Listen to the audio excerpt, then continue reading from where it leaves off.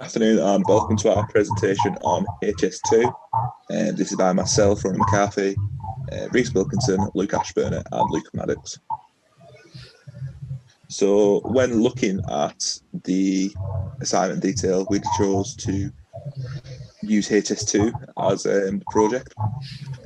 We thought it was a fantastic project to basically look at corporate social responsibility, looking at governance and legal and legislative framework.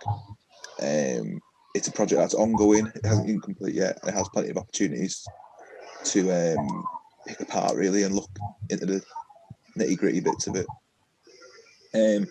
So to start off with, I'll go over the brief overview of HS2. Then we'll look into the legal and legislative framework with Reece, the corporate social responsibility with Luke Ashburner, and the governance with Luke Maddox. So moving on. So to go over a bit of a brief overview of HS2, it's a high-speed rail network which is designed to connect the UK from top to bottom. The first part of which connects London to the West Midlands. The second is divided into two phases, which is phase 2A and phase 2B, which connect the West Midlands to Manchester and to Leeds. It is 330 miles of rail in complete total. It's a massive thing for the country to speed up our rail networks and sort of move towards the 21st century in terms of rail travel. Looking at the Oakerby review, it was published in February 2020. The project's been recommended to fully complete, and the entire cost is coming to 88.7 billion. Since the review, it's come out that the project's probably going to be over 100 billion pounds in terms of monies. The review has asked to assemble and test all the existing evidence to allow the PM, the Secretary of Transport, and the government to actually make a properly informed decision in regards to what they want to do with HS2 and actually provide a more realistic sort of cost and schedule that the government can judge it against. The review has identified a hell of a lot of problems with it. The project's seen a lot of similarities to that of Edinburgh Trams in terms of it's coming massively over budget and massively over the original schedule. However, it is seen as a necessity, even during the times of pandemic, to carry on and ensure that the UK has this infrastructure in place in the backbone of the country. Breaking into the sort of construction facts of HS2, as you can see on the left-hand side in the graphic, the sort of sheer size of the project. Breaking it down more simply, in terms of infrastructure, Part A is around 140 miles. There's going to be 2 new rail depots and 4 new train stations, including that of Birmingham Curzon Street, as pictured slightly in the left graphic below, and it'll be pictured further on.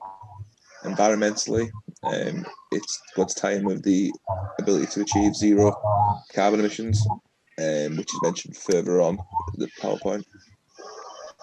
In terms of the government and what they want to do, looking at job creation, there's 22,000 new jobs being created because of HS2. At its peak of construction, it's estimated to actually rise to about 30,000 jobs, with 2,000 new apprenticeships to be made for folk to be a part of. Looking at the HS2 aims, as stated before, the aim is to connect the country through the sort of backbone of it, from top to bottom. It's ideal to shift to a low carbon transport, provide opportunities to enhance the quality of life for folk, to ensure that an infrastructure that hasn't been in place for the UK and what's deemed as quite a negative sort of transport in terms of its cost and time in that of rail travel has the positive spin on it that you see in Europe and cities such as Japan with the bullet trains. Countries such as Japan even, sorry. Through its creation, its aim is to create a hell of a lot of new jobs, which is a positive for the local economy as well as the national economy. When you think in terms of the amount of new workers that are going to need, potential housing, local shops and such, which they can use and just invest back into the economy, which is struggling since COVID. And finally, it can be deemed as a catalyst for English transport. in terms of this is the first of many projects that could regenerate the UK's transport system in terms of rail, and looking at moving on to a more green and environmentally friendly UK. So moving on. Yeah, so I'm going to talk about the legal/legislative framework in place on HS2 and how it links to the corporate social responsibility and governance that Luke A and Luke M are going to talk about later on. So next slide, please. So to start with, legislation is a law or a set of laws that have been passed by Parliament. The words can also be used to describe the act of actually making a new law. So there's two types: primary legislation, secondary legislation. Primary legislation, it's the term used to describe the main laws passed by the legislative bodies in the UK, for example, the Acts of Parliament or Scottish Parliament. Secondary legislation or subordinate legislation, it's delegated legislation under the authority contained in the primary legislation. Can be made by ministers or public bodies, for example, Ofcom. It's given these sort of powers in the Communications Act 2003. So a legislative framework, put simply, it's the laws that the project must follow in order to regulate the decision making and practices. A longer, more complicated definition would be the applicable laws of the province in existence as of the date hereof, applicable to the project or any part thereof. So for example, the Medical Act 1983 sets out the basic legislative framework for the governance of the GMC. The legislative framework can include the composition of the council, how members can become members of the council, and also the secondary legislation put in place by the council. Next slide, please. So I thought I'd include a short slide on the project law on HS2 and sort of how important it is. So lawyers contribute to drafting the bill, guidance on the environmental law, advice and advise, hundreds of days on committee hearings. This can include things like project location routing, existing properties affected, environmental impact, cost and logistics of the operation and the construction all need to be considered. So as you can see from the lower part, the points below, the project location and routing, existing properties affected, they're extremely important due to the negative response that that can come from things like affecting properties, locations and things like that, and also environmental. That's an important consideration, as you'll see later on in the PowerPoint. So obviously there's separate civil works, station, individual systems, contracts. Each of these have their own tender contractual awarding processes. Public sector projects have to follow these processes in order to spend public money correctly.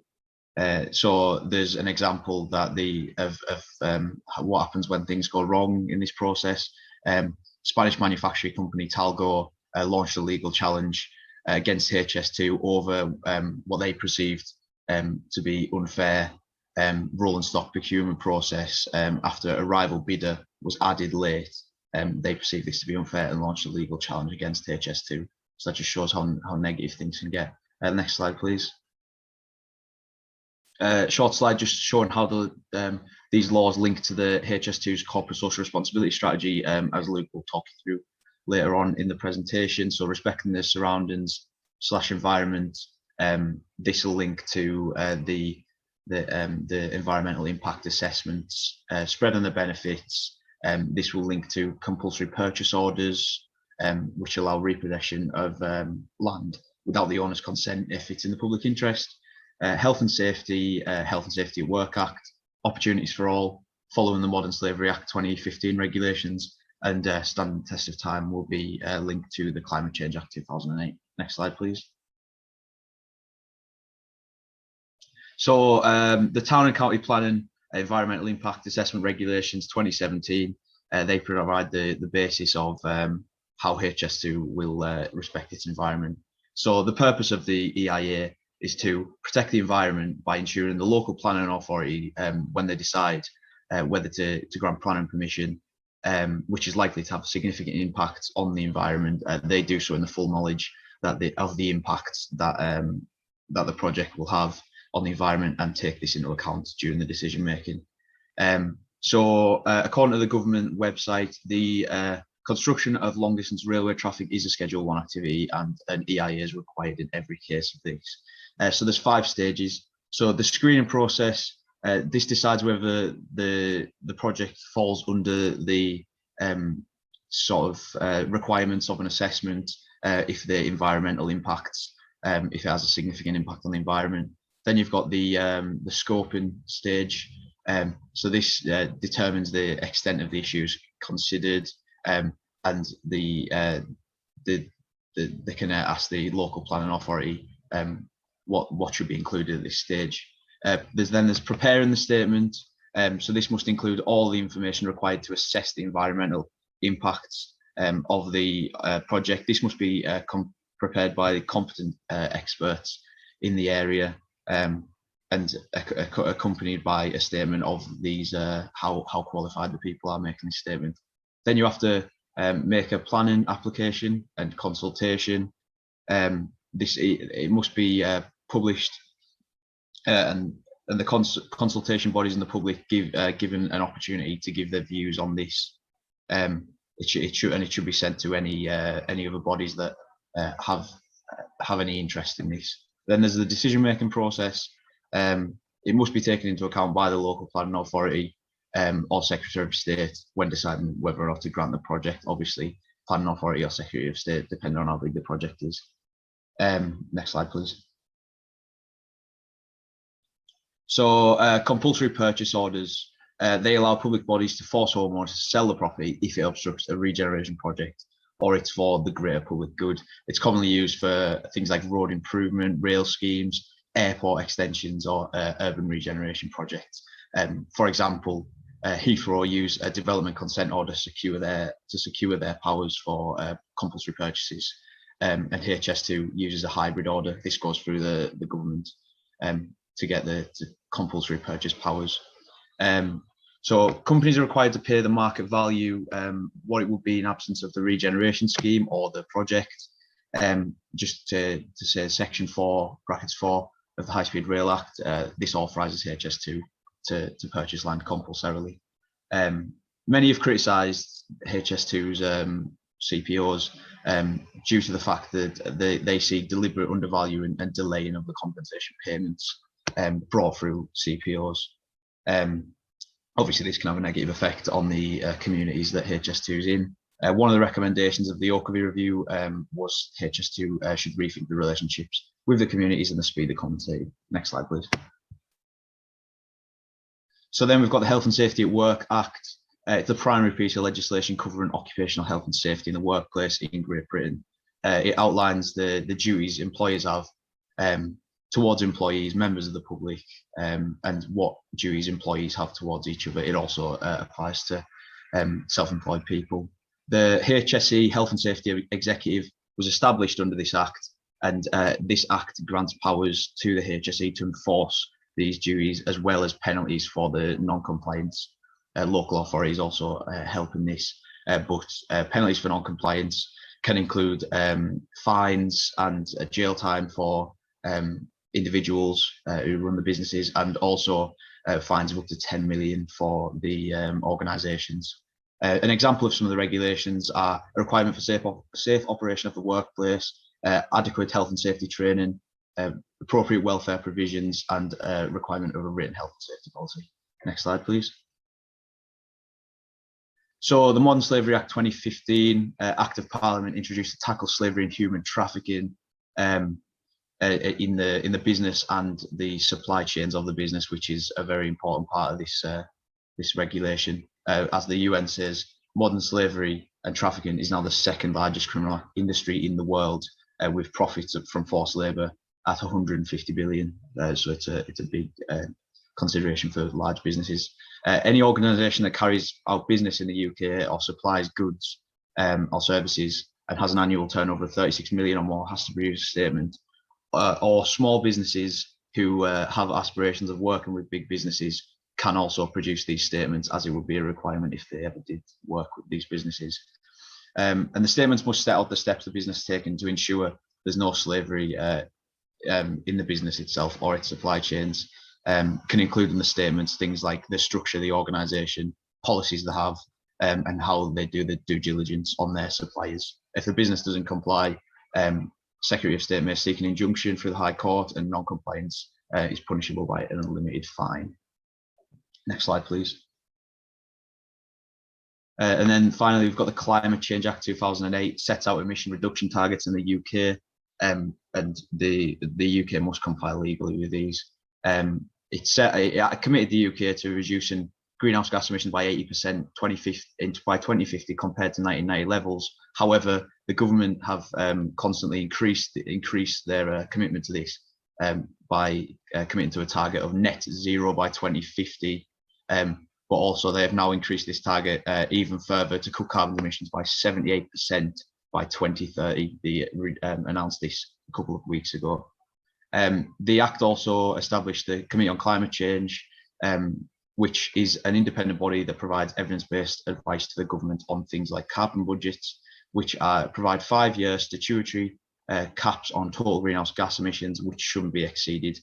For example, the carbon budget between 2028 and 2032 is around 1,700 metric tons of CO2.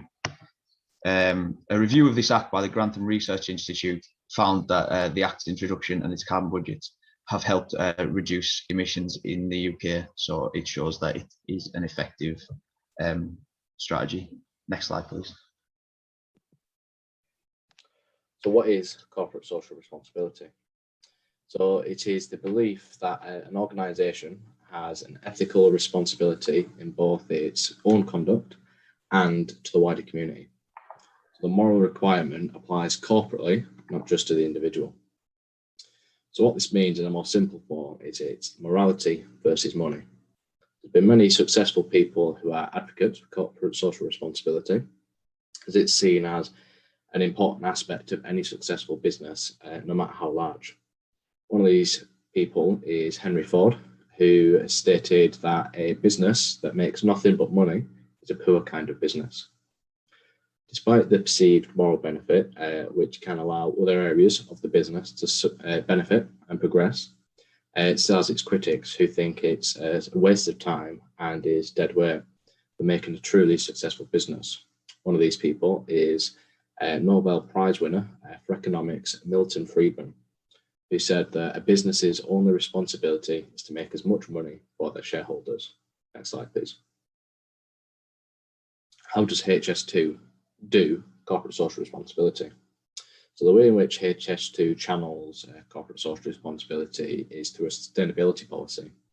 And that has 5 principles that they adhere to throughout the project.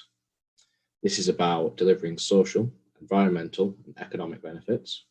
And this includes delivering the best value for the UK taxpayers and users. These 5 principles, as Reece mentioned before: safe at heart, spreading the benefits, opportunities for all, respecting our surroundings, and standing the test of time. Next slide, please. So what is safe at heart and how does it affect corporate social responsibility? So one of the main safety laws currently in place to protect stakeholders is the Health and Safety at Work Act 1974. So HS2 aims to go one step further and is based on the core principle of health, safety and well-being. This means creating a world-class culture for those who build, operate, use and host HS2 services. This keeps safety constantly in the loop and allows them to make and affect decisions with well-being at the forefront of their mind. This helps protect them legally and also protects any business malpractice, such as weighing the cost of a life against the cost of money, as was shown in the Ford Pinto case in 1971 to 1978. In this case, Ford had designed the Ford Pinto car with a fuel tank at the rear of the vehicle and without protective feature such as a metal plate to protect the casing from exploding upon impact. In 8 out of 11 cases of their own tests, the car ended up resulting in exploding and could kill the driver. So Ford worked out that it would only cost approximately 49.5 million from legal fees of families who had either died or sustained serious injuries such as burns. Whereas if they recalled all of the cars, it would be approximately 137 million to recall them and refit them with the safety feature. So they decided not to recall it and just to pay out a smaller amount.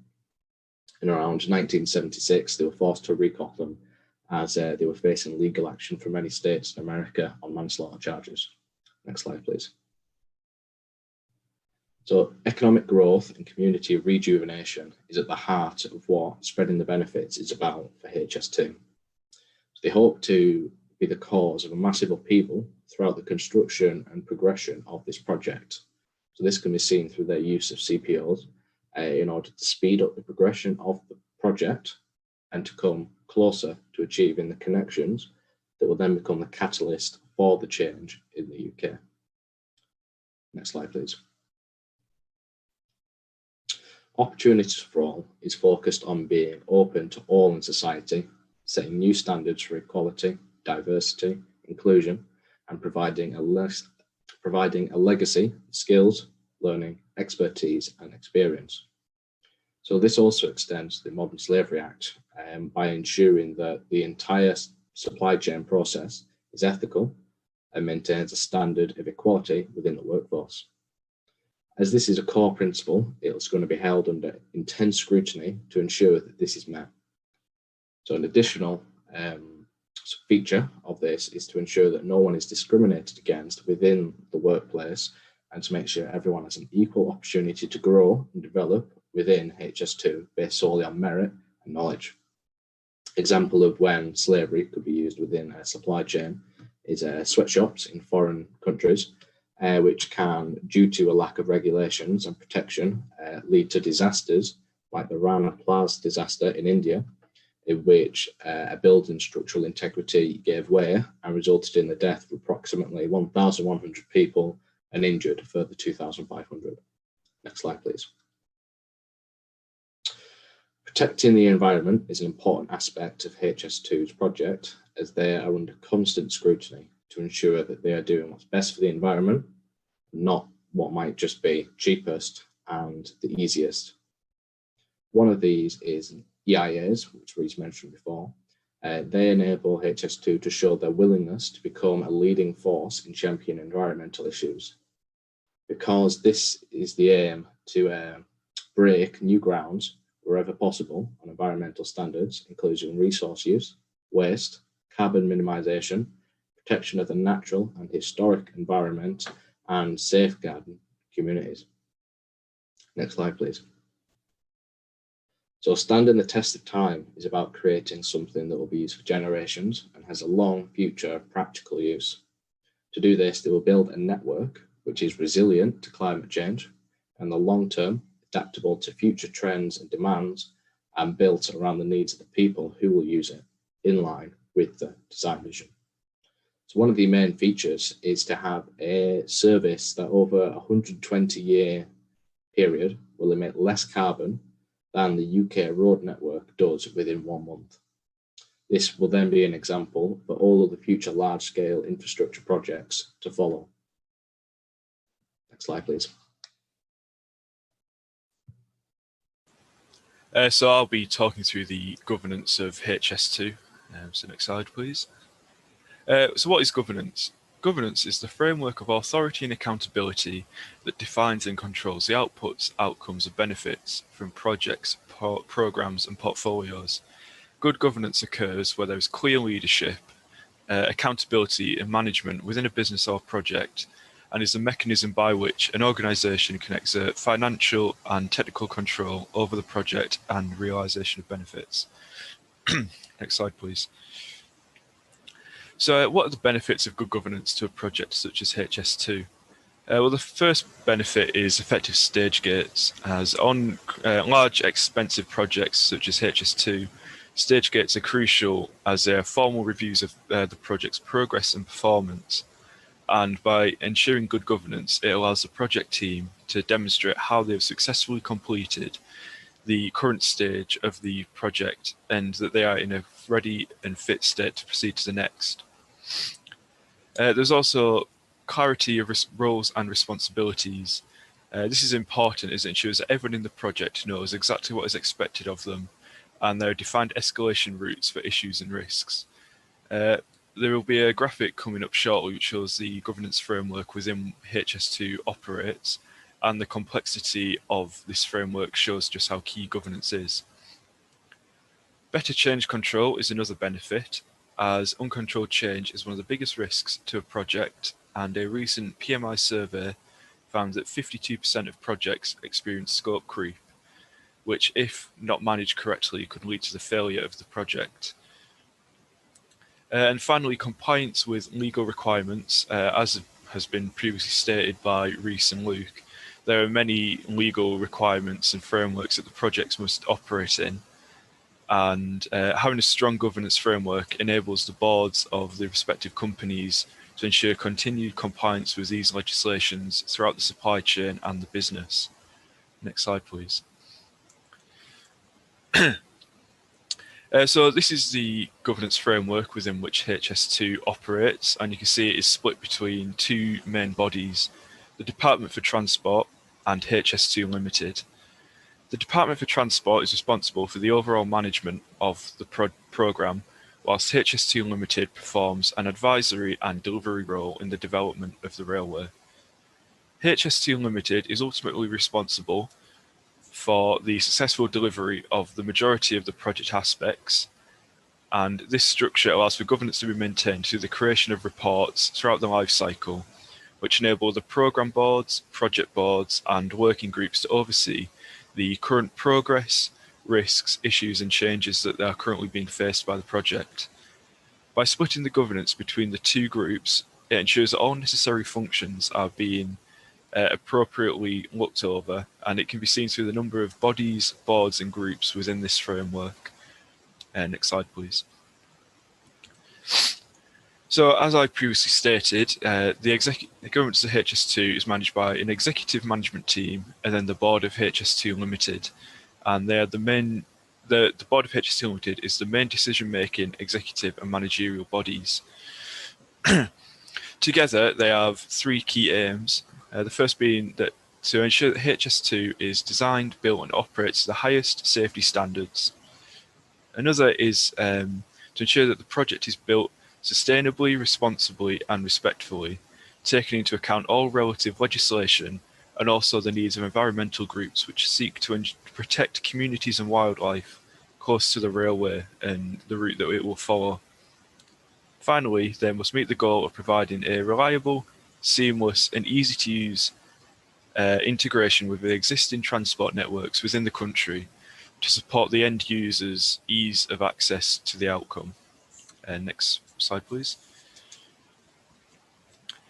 So the role of the board and the main aim of the board is to ensure the effective governance of the company so that decisions are made at the right time and are properly managed. They also help shape, challenge, and direct the agenda for how the company delivers the project in terms of its priorities. And they must also oversee the relationship between stakeholders and commercial partners such as suppliers and contractors, and ensure they are all cooperating to ensure the same vision throughout the duration of the project. Next slide, please.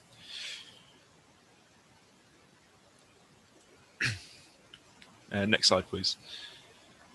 So there are four key governance documents that the project uses. The first being the HS2 Limited Framework Document, which outlines the rules and guidelines of the functions, duties, and powers of HS2 as a non-departmental public body. And this includes how the public funds are paid for HS2 and how the business will be accountable for any performance. The next is the HS2 Corporate Plan, which sets out how HS2 Limited seek to deliver the project and how performance will be measured. Third, the sponsor's requirements. As this name implies, the document lays out the high-level requirements and objectives that the sponsor has for the railway, along with the key information that will be needed, such as the minimum requirements expected upon the opening day and also final completion day of the project. And finally, the draft project development agreements. This final document is an interim document which sets out how the aims and objectives will be achieved of the project, what the roles and responsibilities are of those within the governance framework, such as HS2 and the Department for Transport, and then the formal governance arrangements, such as the process by which costs are calculated, approved, and controlled. Next slide, please.